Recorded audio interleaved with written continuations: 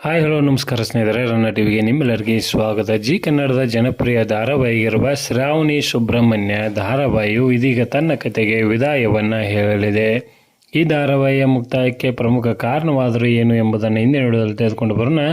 ನೀವು ಸಹಿತ ಈ ಧಾರಾವಾಹಿಯನ್ನು ಇಷ್ಟಪಡೋದಾದರೆ ಈ ವಿಡಿಯೋಗೆ ತಪ್ಪದೇ ಬಂದು ಲೈಕ್ ಮಾಡಿ.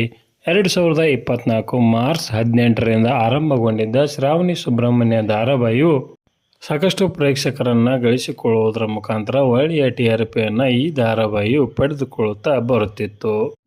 650ಕ್ಕಿಂತ ಅಧಿಕ ಸಂಚಿಕೆಗಳನ್ನು ಪೂರೈಸಿರುವ ಶ್ರಾವಣಿ ಸುಬ್ರಹ್ಮಣ್ಯ ಧಾರಾವಾಹಿಯು ಮುಂದಿನ ತಿಂಗಳ ಮೊದಲ ವಾರದಲ್ಲಿ ತನ್ನ ಕತೆಗೆ ವಿದಾಯವನ್ನು ಹೇಳಲಿದೆ.